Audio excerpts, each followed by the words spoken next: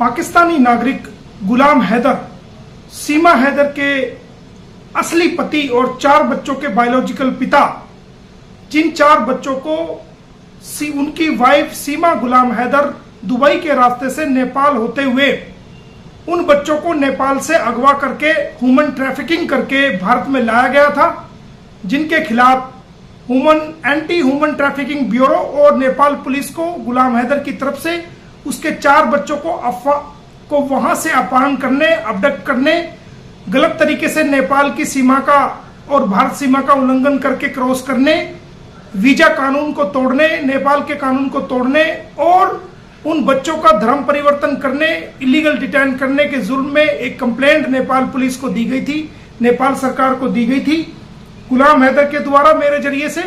तो आज हमने नेपाल के गुलाम हैदर की तरफ से नेपाल के राष्ट्रपति और नेपाल की सरकार को एक याचिका लगाई है, जिसके अंदर हमने नेपाल के राष्ट्रपति से ये गुलाम हैदर की तरफ से अपील की है कि जो कंप्लेंट हमने नेपाल पुलिस में दी थी उस पर तुरंत और शीघ्र जल्दी से जल्दी कार्रवाई करें और उन बच्चों को भारत से रिकवरी करके गुलाम हैदर को सौंपे और सचिन और मीना को अरेस्ट करके नेपाल की जेल में उनको डाले और वो नेपाल पुलिस भारत की पुलिस से बातचीत करे और वहां से कोर्ट से ऑर्डर लेकर के भारत में जल्द से जल्द आए और गुलाम हैदर के बच्चों को यहां से रिकवर करके लेके जाए और गुलाम हैदर को उसके बच्चे सौंपे तथा सचिन और मीना को और उन लोगों को जो उनको शेल्टर दे रहे हैं, उनको पनाह दे रहे हैं, गलत तरीके से उनको बढ़ावा दे रहे हैं, उन लोगों को भी अरेस्ट किया जाए और जल्द से जल्द इस मामले में कानूनी कार्रवाई को आगे बढ़ाया जाए। तो ऐसी याचिका हमने नेपाल के राष्ट्रपति को गुलाम हैदर की तरफ से लगाई है और उसकी कॉपी हमने भारत सरकार को भी दी है और साथ साथ पाकिस्तान के राष्ट्रपति को भी गुलाम हैदर ने एक अपील भेजी है कि वो नेपाल के राष्ट्रपति से इस संबंध में बातचीत करे और भारत सरकार से भी बातचीत करे और जल्द से जल्द डिप्लोमेट तरीके से इस मसले का हल निकाले और इन बच्चों को यहां से तुरंत प्रभाव से रिकवरी करके डिपोर्ट करने का काम करे और उन बच्चों को गुलाम हैदर को देने का काम करे और सचिन और मीना को और जितने उनके मददगार लोग हैं इस गलत कार्य के अंदर उसको नेपाल की जेल में और भारत की जेल में डालने का काम करें। अस्सलाम वालेकुम दोस्तों, एक मरतबा फिर हाजिर हूँ। सभी दोस्तों को वेलकम, खुश आमदीद और जी आयन बोलता हूँ। दोस्तों, आप लोगों ने शुरू में क्लिप देख लिया होगा, मोमिन साहब ने आज एक बड़ा खुलासा बयान किया है, बड़ी खबर है जिसमें हैदर भाई के हवाले से कि हैदर भाई की तरफ से नेपाल के जो राष्ट्रपति जी हैं उनको याचिका दायर कर दी गई है, उनको भेजी गई है, एप्लीकेशन दे दी गई है। तो अब सीमा के लिए मेरे ख्याल में वकास भाई सबसे पहले तो आप सुनाए कैसे हैं? जी अल्हम्दुलिल्लाह खैरियत से। आपने भी आपने उनके वो 2-2.5 मिनट का क्लिप देखा? जी बिल्कुल, मोमिन मलिक सर का 2-2.5 मिनट का मैंने क्लिप देखा। उन्होंने जो प्रेसिडेंट है नेपाल के उनको याचिका दायर करवाई जी। तो उनके ताबूत में आखिरी कील भी मेरे ख्याल में उन्होंने ठोक दिया है। जी तनीर भाई, जो मोमिन मलिक सर है वो बिल्कुल ऐसे के शांत होकर बैठने वाले नहीं है। इस केस के हवाले से वो गुलाम हैदर भाई को बिल्कुल 100% न्याय दिला के ही बैठेंगे। वो वाले वकील नहीं है जिसके बारे में लप्पू कहता है कि तमाम लोगों का केस लिया और तमाम को अन्याय दिलवाया। अन्याय बिल्कुल आज जो एक बड़ा दिन है, एक और बड़ी खबर है नेपाल से जनाब मोमिन साहब ने जो आज ये बयान किया है। तो अब एपी सिंह क्या करेंगे वकास भाई और सीमा? ये भी कोई किसी भाई ये किसी और राष्ट्रपति को ढूंढेंगे? जी या अफ्रीका के या अमेरिका के? जी या सोमालिया के।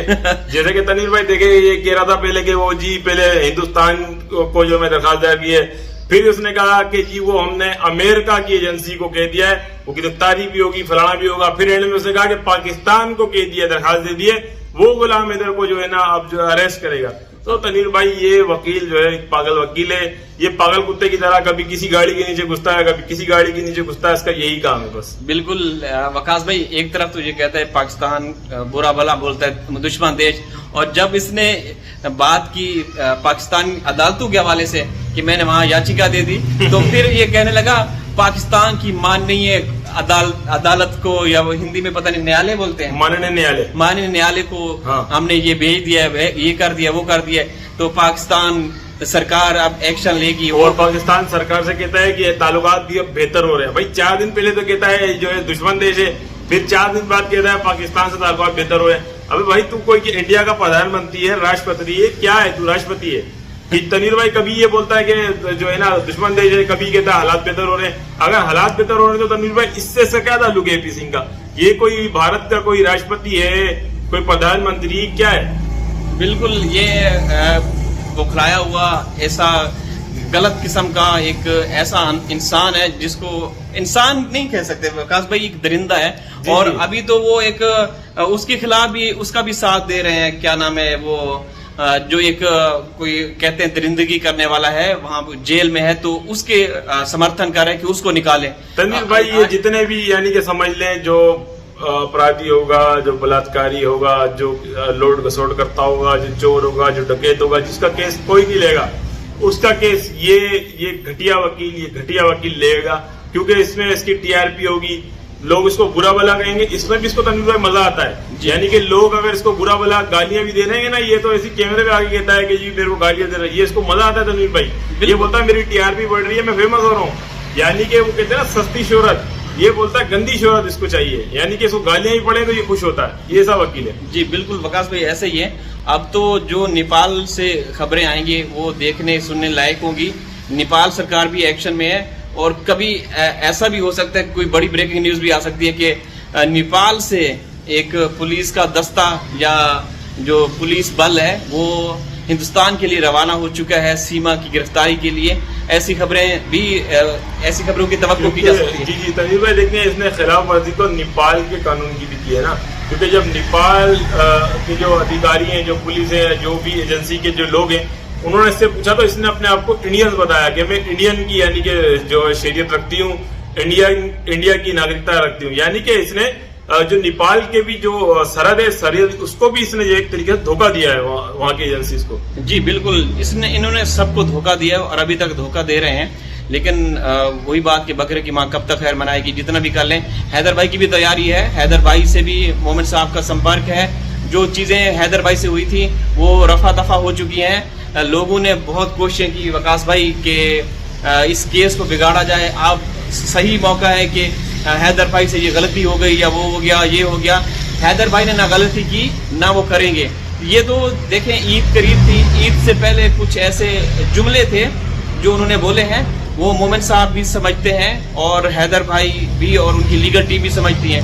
क्योंकि जनाब मोमिन साहब जो कि एक इस केस के हीरो हैं अभी तक के, तो उनका यही मानना था कि अनएजुकेटेड है, जज्बात में भावनाओं में बह गए, तो इस तरह की बात की है। लेकिन उन्होंने ये कहा है कि भले कुछ भी हो मैं फाइट करूंगा, मैं केस फाइट करूंगा और बच्चे हैदर को दिलवा के ही दम दूंगा।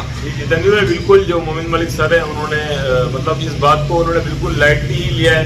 कुछ वजूहत की बिना पे कुछ लोगों ने मोमिन मलिक सर को उकसाया तो उन्होंने छोटा मोटा जवाब देने की बेहतर समझी। उसमें भी उन्होंने जो गुलाम हैदर भाई है उनको ये समझाया कि देखें आप इस तरीके से जो है जो हमारे भारत के लोग हैं उनका मान सम्मान का भी ख्याल करें। उनका जैसे इस बात से दिल टूटा है क्योंकि जो भारत के लोग हैं वो मोमिन मलिक सर को बहुत प्यार करते हैं और इसी तरीके से हम पाकिस्तानी भी मोमिन मलिक सर को बहुत ज्यादा मोहब्बत करते हैं, प्यार करते हैं। मगर मोमिन मलिक सर ने बंद लफ्जों में ये बताया कि गुलाम हैदर की जो लहजा है, जो अंदाज है, जो तौर तरीका है, उसको वो बखूबी अच्छी तरीके से जानते हैं। मगर उन्होंने साथ साथ गुलाम हैदर भाई को ये भी समझाया कि हर इंसान आपकी भावनाओं को, आपकी बातों को नहीं समझ सकता, तो लिहाजा थोड़ा सा केयर किया करें या ख्याल किया करें। जी बिल्कुल बिल्कुल ऐसे ही है। और हैदर भाई ऐसा कभी सोच भी नहीं सकते क्योंकि उनके लाख्ते जिगर हिंदुस्तान में मौजूद हैं। मोमिन साहब के बारे में हैदर भाई गलत क्यों सोच सकते हैं? वो तो उनका मतलब उनका हक दिलवाने में लगे हुए हैं, तो कभी भी ऐसा नहीं हो सकता कि मोमिन साहब को या हिंदुस्तानियों को हैदर भाई बुरा भला बोलेंगे, ऐसा हो ही नहीं सकता। और इंशाल्लाह हमें उम्मीदें हैं हिंदुस्तान की अदालतों पे, इदारों पे, एजेंसियों पे कि वो जो भी हक और सच है उसका वो करेंगे और अच्छा फैसला आएगा।